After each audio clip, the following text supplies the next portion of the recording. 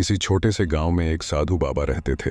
उनका जीवन पूर्ण रूप से भगवान की भक्ति में समर्पित था। उनका एकमात्र उद्देश्य था भगवान की आराधना करना और ध्यान में डूबे रहना। वे दिन रात एक पुराने विशाल पेड़ के नीचे बैठकर तपस्या करते थे और उनको विश्वास था कि भगवान हर समय उनकी रक्षा करेंगे। गांव वाले भी उनकी भक्ति और तपस्या को देखकर उन्हें बहुत आदर और सम्मान देते थे। वे उन्हें एक संत के रूप में मानते थे और अक्सर उनके पास आकर आशीर्वाद प्राप्त करते थे। साधु बाबा का यह जीवन एक साधारण जीवन था जिसमें सांसारिक चिंता और भय का कोई स्थान नहीं था। उनका एकमात्र उद्देश्य भगवान के नाम का जाप करना और ध्यान में खो जाना था। उनका दृढ़ विश्वास था कि भगवान उनके साथ हैं और अगर कोई समस्या आएगी तो भगवान स्वयं उनका मार्गदर्शन करेंगे और उन्हें हर संकट से उबार लेंगे। एक दिन गांव में एक भयानक बाढ़ आई। चारों ओर पानी ही पानी फैल गया और गांव के लोग अपनी जान बचाने के लिए इधर उधर दौड़ने लगे। हर कोई बुरी तरह से घबराया हुआ था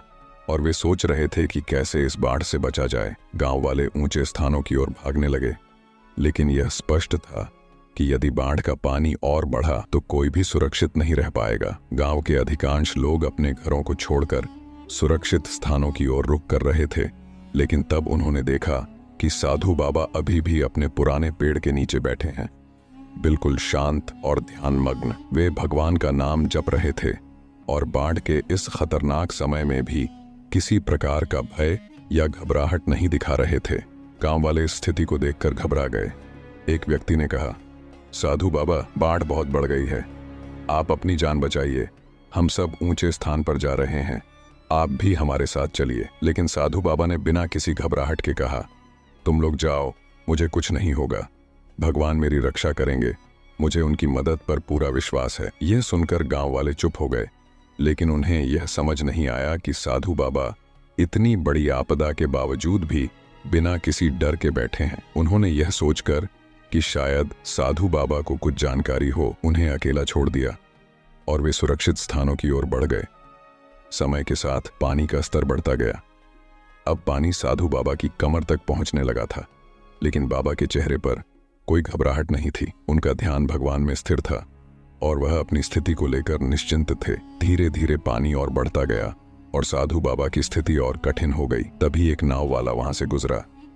नाव में कुछ लोग बैठे थे जो सुरक्षित स्थान पर जा रहे थे। नाव वाला साधु बाबा को देखकर रुक गया और चिल्लाया, साधु महाराज, यह बाढ़ बहुत भयंकर हो चुकी है, आप इस नाव पर सवार हो जाइए, मैं आपको सुरक्षित स्थान तक ले जाऊंगा। नाव वाले के शब्दों में चिंता और भय था, लेकिन साधु बाबा ने उसे शांत स्वर में उत्तर दिया, नहीं, मुझे आपकी मदद की आवश्यकता नहीं है, मुझे विश्वास है कि मेरा भगवान मुझे बचाएगा। साधु बाबा की यह बात सुनकर नाव वाला कुछ समय के लिए चुप हो गया और फिर बिना कुछ कहे नाव लेकर वहां से चला गया।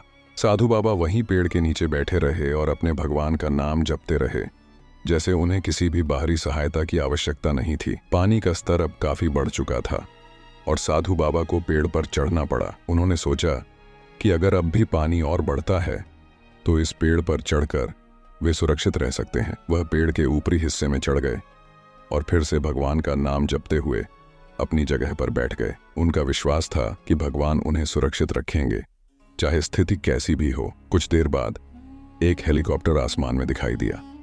हेलीकॉप्टर के नीचे एक रस्सी लटकाई गई और बचाव दल के लोग जोर से चिल्लाए, साधु महाराज, रस्सी पकड़िए, हम आपको सुरक्षित स्थान पर ले जाएंगे। ये सुनकर साधु बाबा ने जवाब दिया, नहीं, मुझे किसी की मदद नहीं चाहिए, भगवान मेरी रक्षा करेंगे। बचाव दल को समझ में नहीं आया कि साधु बाबा अपनी जान को जोखिम में क्यों डाल रहे हैं, लेकिन उन्होंने फिर भी अपनी मदद से नकारा।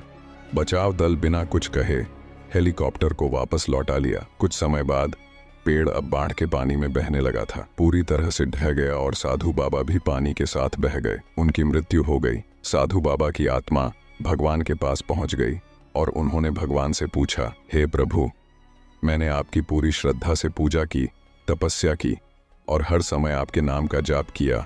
मुझे विश्वास था कि आप मुझे बचाएंगे, लेकिन जब बाढ़ आई और मैं डूबने लगा तो आपने मेरी मदद क्यों नहीं की? भगवान ने मुस्कुराते हुए उत्तर दिया, हे साधु महात्मा, मैं तुम्हारी रक्षा करने एक नहीं बल्कि 3 बार आया। पहला ग्रामीणों के रूप में, दूसरा नाव वाले के रूप में और तीसरा हेलीकॉप्टर बचाव दल के रूप में, किंतु तुम मेरे इन अवसरों को पहचान नहीं पाए।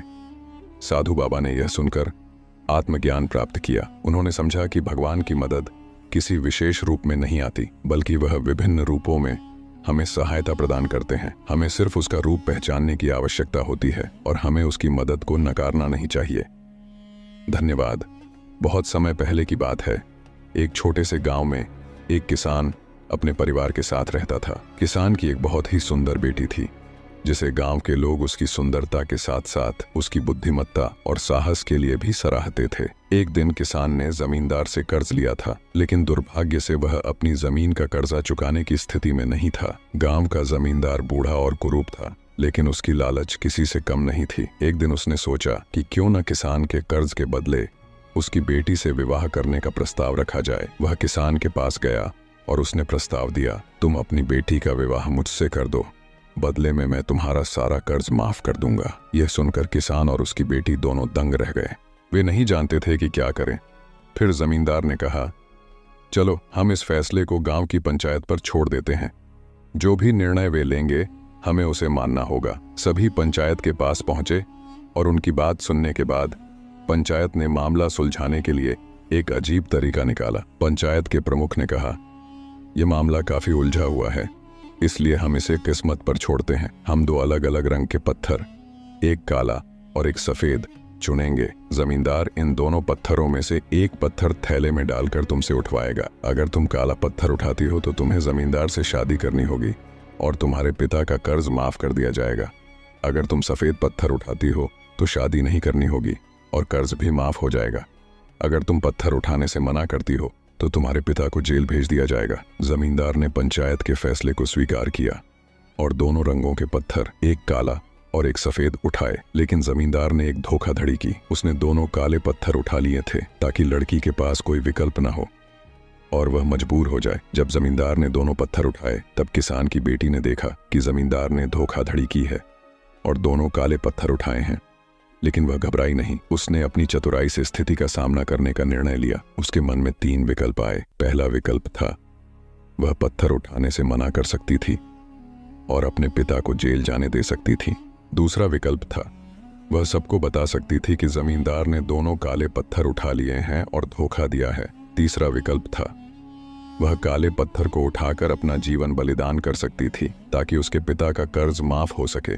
लेकिन उसने एक और तरीका निकाला जो बहुत ही चतुराई से भरा हुआ था। वह थैले में अपना हाथ डाले और एक पत्थर उठाया, लेकिन उसने किसी को भी यह नहीं बताया कि कौन सा पत्थर उसने उठाया। फिर उसने ऐसा नाटक किया कि पत्थर उसके हाथ से फिसलकर गिर गया और ढेर सारे पत्थरों में खो गया। वह बोली, हे भगवान, मैं कितनी फूहड़ हूं, लेकिन कोई बात नहीं। आप लोग थैले में देख लीजिए कि कौन सा पत्थर बचा है। अब आप सभी को पता चल जाएगा कि मैंने कौन सा पत्थर उठाया था।